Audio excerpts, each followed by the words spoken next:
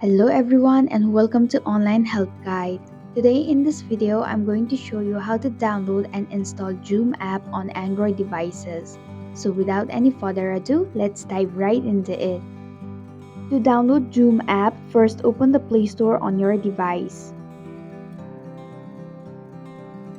Tap the search bar at the top and type in Zoom app.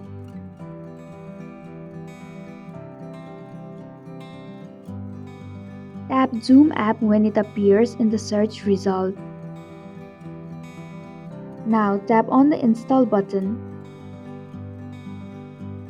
This process may take a few minutes.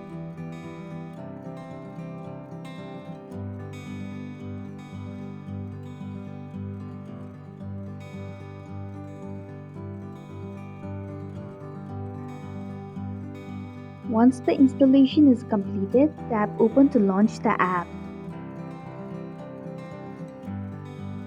And that's it. Thank you for watching the online help guide. I hope this video was helpful.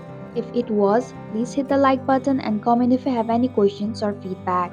Also, if you are new to our channel, please subscribe and hit the bell icon so that you don't miss our upcoming videos.